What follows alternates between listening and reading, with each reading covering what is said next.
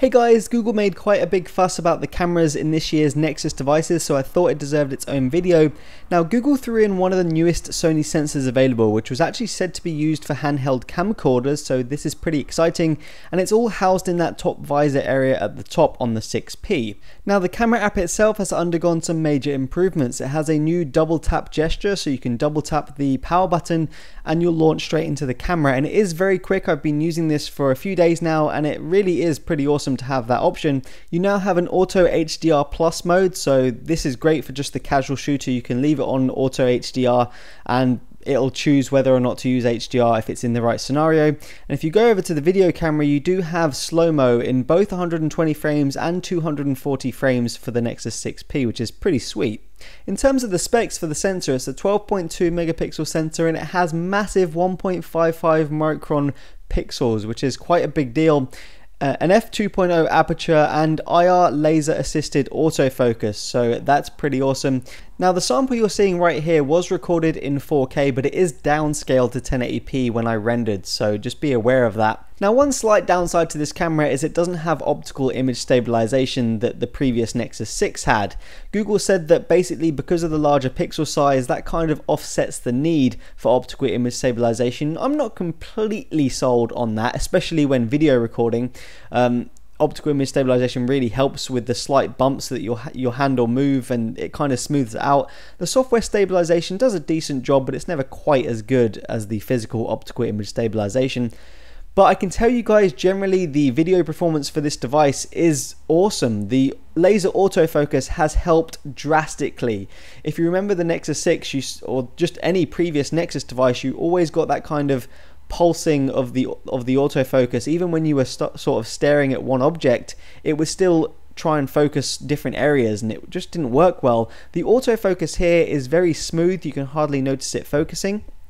I wouldn't say it's the absolute quickest of any device I've tested, but it's still very fast and also very accurate. So I'm really happy with the 4K video recording on the Nexus here.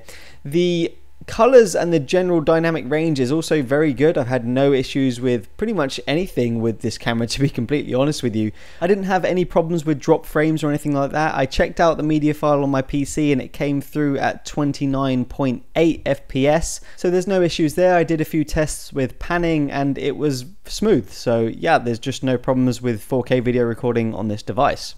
Moving on to some still images now. Now, I did keep this in the 4:3 aspect ratio, hence the black bars right there. And the first thing I want to talk about is just the speed of this camera. Now, as soon as you launch the camera, firstly, the app is very quick to launch, as I showed previously, but actually taking a picture as well is also very quick. You just press the shutter button and boom, it's taken. It's very good. It's much bigger improvement than I was expecting, and the actual photo quality as well is pretty damn great. It really is. You also get that natural bokeh effect due to the larger 2.0 aperture, which is nice to see. I threw pretty much everything I could at this. I did some indoor shots, some outdoor shots. I've also got low light shots coming out, and the Nexus really did just eat it all up. It performed great. The colors were vibrant, but they also not too oversaturated or anything like that.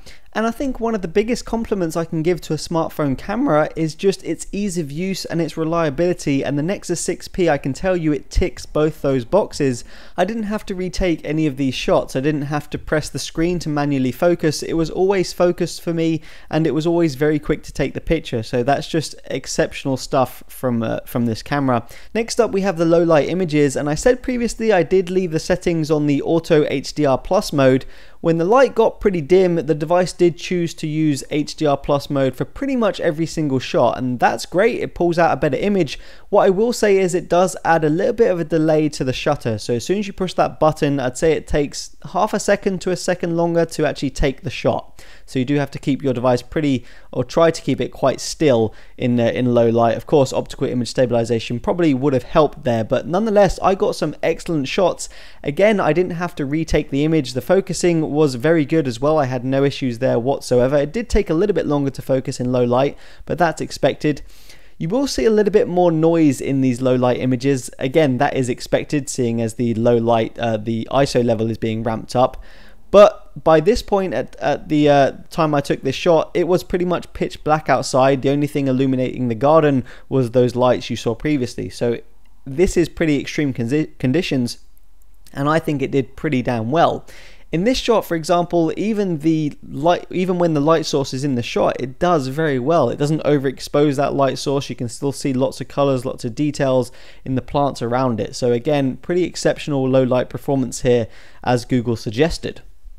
So there you have it, guys. Google finally have a camera that they can be proud of on a Nexus device, and it's also a camera that you can trust. You can bring this camera out with you on a day out, and you can trust it to take some good shots, and that is pretty much all you need to know. This camera is a huge step up for Nexus devices than what we've previously had, so it's an excellent job from Google. So there you have it, guys. Let me know what you think in the comments. Peace out.